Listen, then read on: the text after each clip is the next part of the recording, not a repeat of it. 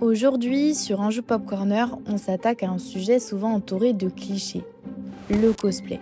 Mais avant d'aller plus loin, posons les bases. Le cosplay, contraction de costume et play, c'est l'art d'incarner un personnage de fiction à travers un costume, du maquillage, des accessoires, mais aussi une attitude. C'est une forme d'expression créative, de passion et parfois même de performance. Donc non, le cosplay, ce n'est pas juste un déguisement et non, ce n'est pas quelque chose de gênant. Pour explorer ces idées reçues et en débattre, on s'est rendu là où la culture pop bat son plein, à la Japan Expo.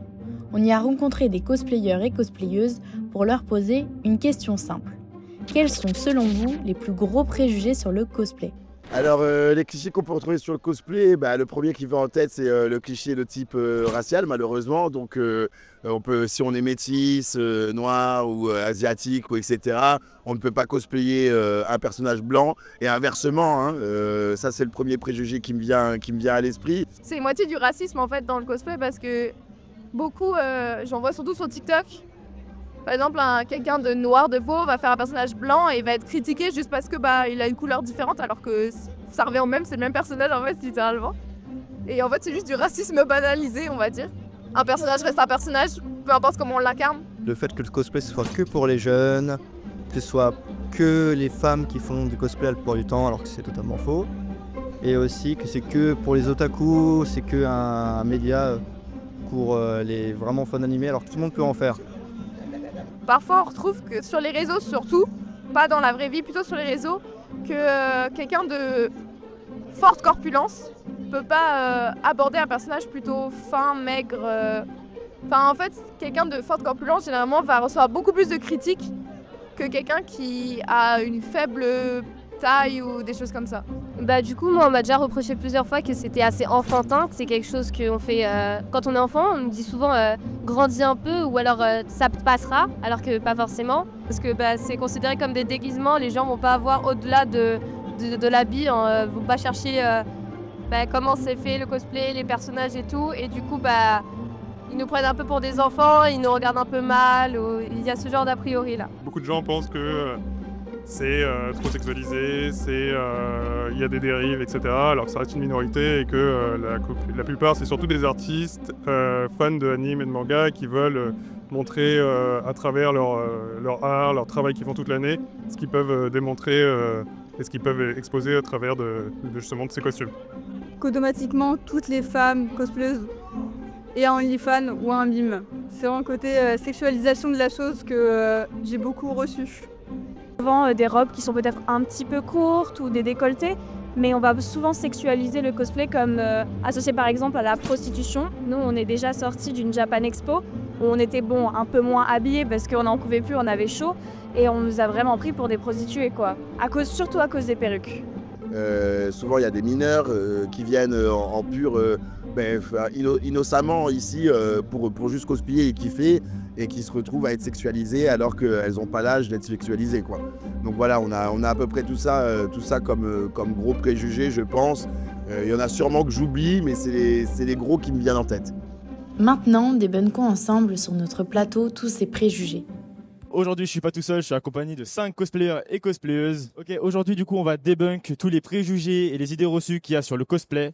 Tout d'abord, bien sûr, je vais quand même vous laisser vous présenter un par un. Bonjour à tous, moi c'est Chicken Cosplay. Salut, moi c'est Alan Turner. Je fais du cosplay depuis 2019 aussi et je suis un Belge. Moi c'est Ella Freeze Cosplay, je fais du cosplay depuis 2019. Ok. Et je suis française, voilà. Salut, je me sens très vieille parce que moi c'est Atsu, je fais du cosplay depuis 2012. Bonjour, moi c'est Yui Shuta et moi je fais du cosplay depuis 5 ans aussi. On va pouvoir commencer avec la première question. Acheter un cosplay pour aller dans une convention ou quoi, c'est genre tricher. S'il n'y a pas d'ajout personnel ou quoi, est-ce que c'est tricher ? En fait, ça dépend. Si c'est juste pour aller en convention, se faire plaisir, faire des photos, tout ça, il n'y a pas de souci. Vraiment, le cosplay, c'est pour tout le monde. En revanche, si c'est pour faire des concours, non. Il faut avoir fait son costume au moins à 50 ou 60%. Ça aussi, ça dépend. En tout cas, en Belgique, on a l'opportunité de pouvoir faire des concours uniquement de prestations qui permettent à des cosplayers qui ne font pas leur cosplay eux-mêmes de pouvoir se montrer et de montrer leur capacité scénique sur scène. Et là, on nous demande pas d'avoir fait le costume soi-même. Je sais pas si c'est pareil en France, par contre. Ben, vu que je suis belge aussi, coucou. Ben oui, nous, les concours prestations sont assez répandus. Et d'ailleurs, je vais me lancer aussi dans les concours prestations d'ici peu, avant de reprendre les concours faits main. En France, ça se fait très peu les 100% presta. Il y a 100% costume, mais presta, je pense qu'il doit y en avoir peut-être 1 ou 2 max, mais c'est pas dans la norme. En tout cas, en France, c'est souvent 50-50 presta costume. La seule convention que je connais qui fasse ça, c'est Comic Con Paris, qui fait une différence entre costume, prestation, et ensuite concours général avec costume et prestation. Ok, super. Donc vous êtes tous du coup d'accord pour dire que même un cosplay qui est acheté, ça reste dans tous les cas du cosplay, tant que c'est pas, on va dire, sur une échelle plus vraiment professionnelle avancée. Il y en a qui disent que le cosplay, il faut absolument ressembler au personnage qu'on veut cosplayer pour le faire. Bah, comme je dis souvent, on n'a pas tous la bonne morphologie, on n'a pas tous le bon visage non plus. Moi, j'ai trop de joues pour des persos qui sont beaucoup trop fins. Et c'est pas grave, ça m'empêche pas de faire des persos que j'adore, qui sont très fins, qui sont très efféminés, mais pourtant je les fais quand même. Moi je trouve ça dommage de faire une fixette sur le perso est comme ça, faut que je sois comme ça, je trouve ça très dommage. Oui, je suis d'accord, parce que le cosplay, ça doit rester avant tout un plaisir, et c'est pas parce qu'on ressemble pas physiquement au personnage qu'on ne peut pas le faire. Et il y a tout un travail derrière pour s'y approcher, en tout cas, de make-up, de perruque, le costume, et puis vraiment il y a le côté aussi roleplay qui fait qu'on donne vie au personnage, donc il n'y a pas besoin de ressembler physiquement de base au personnage pour pouvoir l'incarner. Et faut pas oublier aussi, même si on n'a pas la même morphologie ou quoi, faut s'amuser, et chaque cosplay est différent, chacun a sa petite touche, sa façon de se make-upper, il y a tout qui change, il y a jamais, même s'il y a 2 personnages les mêmes, tout est différent. En fait, c'est simple pour résumer, juste le cosplay est un art libre. Il n'y a absolument aucune règle à ça, et c'est surtout, c'est un art, pas de la chirurgie. Peu importe le physique qu'on a, on peut faire.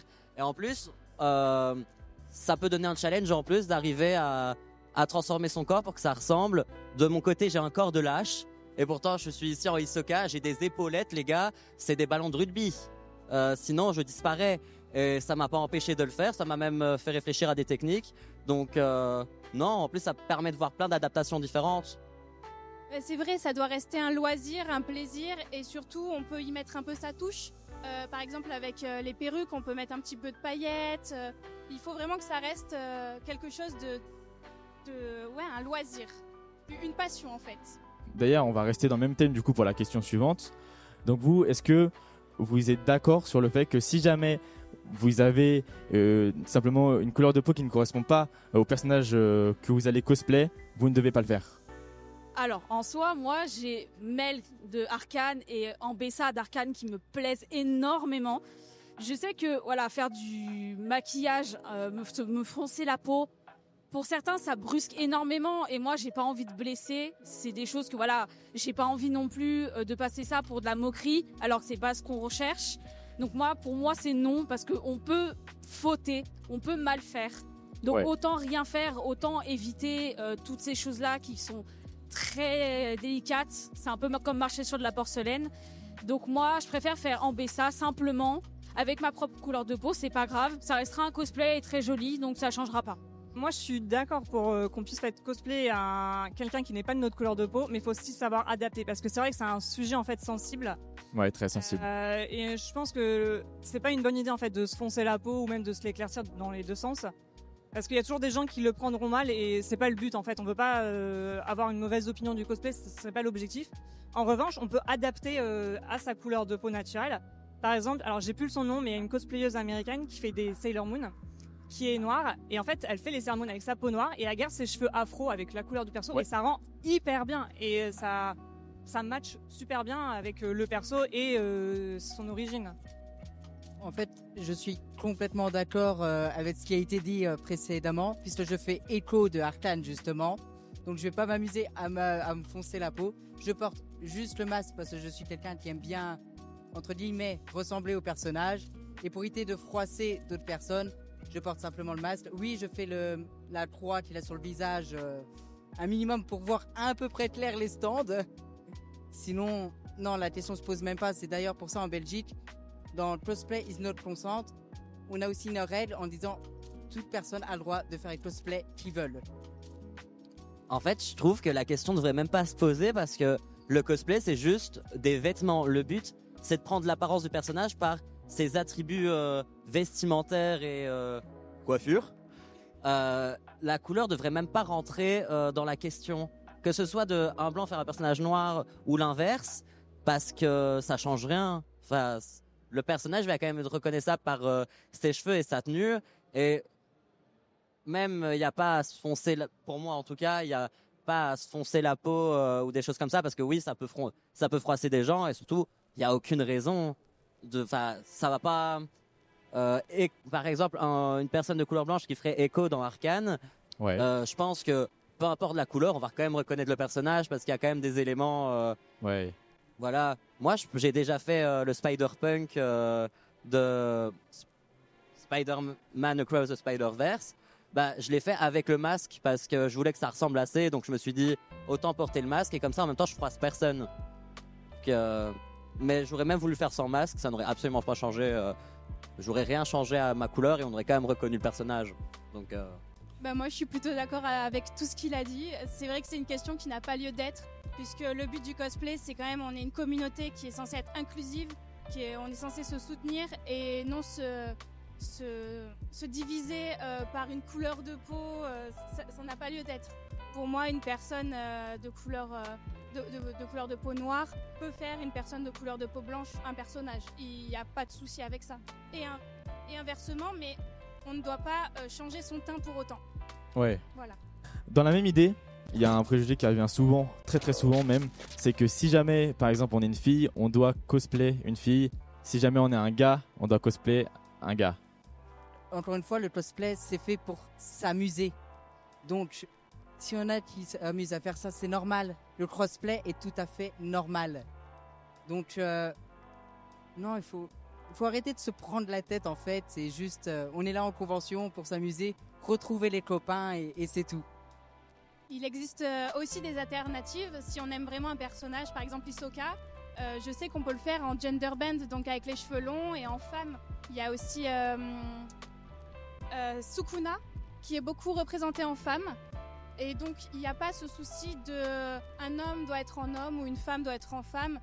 On a une multiplicité d'alternatives possibles. Donc, il n'y a pas d'obligation à faire un homme si on est un homme. Oui, je pense, par rapport au cosplay, encore une fois, c'est libre. Et je pense que la question, c'est plus pour chacun, en fait, si on est à l'aise ou non à faire un personnage du genre opposé. Moi, je dois bien admettre que me faire une princesse m'emballerait pas des masses. Pourtant, j'ai passé ma convention entière en jupe hier en Cusco, mais je comprendrais tout à fait qu'il y en a qui le feraient pas. Donc, moi, je suis plus à l'aise dans les personnages normalement qui ont de la barre, des trucs comme ça. Peut-être un peu par flemme, je pense aussi, mais c'est juste pour être à l'aise avec moi-même. Mais j'en connais plein qui font l'inverse. Je connais plein de filles qui font des personnages masculins. Ça choque pas, c'est très beau. Et eux, ça leur convient. Et même l'inverse, franchement, ça dépend de chacun, en fait. Moi, je savais même pas qu'il y avait un débat là-dessus, en fait, parce que autant pour la couleur de peau, je veux bien, autant ça, je vois absolument pas pourquoi il y aurait un débat là-dessus. Chacun fait ce qu'il veut. D'autant qu'en plus, je pense que tu as bien 70 ou 80% des cosplayers qui sont des cosplayeuses. Et la plupart font des persos masculins et elles le font à la perfection. Enfin, elles ont un travail de make-up pour ressembler justement à un homme qui est incroyable et les rendus sont magnifiques. Donc vraiment, je ne vois même pas pourquoi il y a un débat là-dessus. Du coup, oui, au début, quand on se dit oui, c'est un garçon, il y en a, ils ont du mal à se lancer parce qu'on passe de fille à garçon. Je sais qu'il y en a, ça les brusque un peu. Ils ont un petit peu peur de se lancer. Mais la plupart du temps, quand ils se lancent, c'est très joli. Il faut pas avoir peur parce que c'est un préjugé. Je comprends pas non plus pourquoi il est là. Parce que l'un ou l'autre, ça revient au même. C'est des personnages fictifs, on peut s'amuser, il n'y a pas de souci.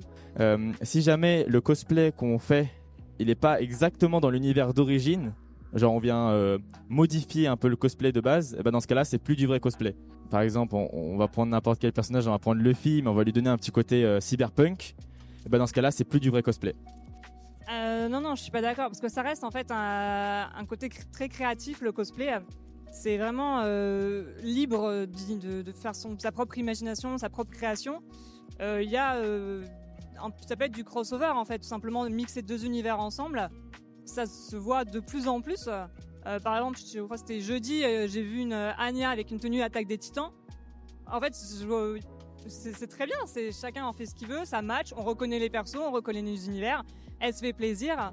En fait, c'est vraiment ça, le but du cosplay, c'est vraiment avant tout se faire plaisir soi, et puis rencontrer des gens. Donc si on a envie de mixer des persos, ou même faire un peu une espèce de créa perso, s'inventer un propre personnage d'un univers qui existe, bah y a pas de souci, chacun se fait plaisir.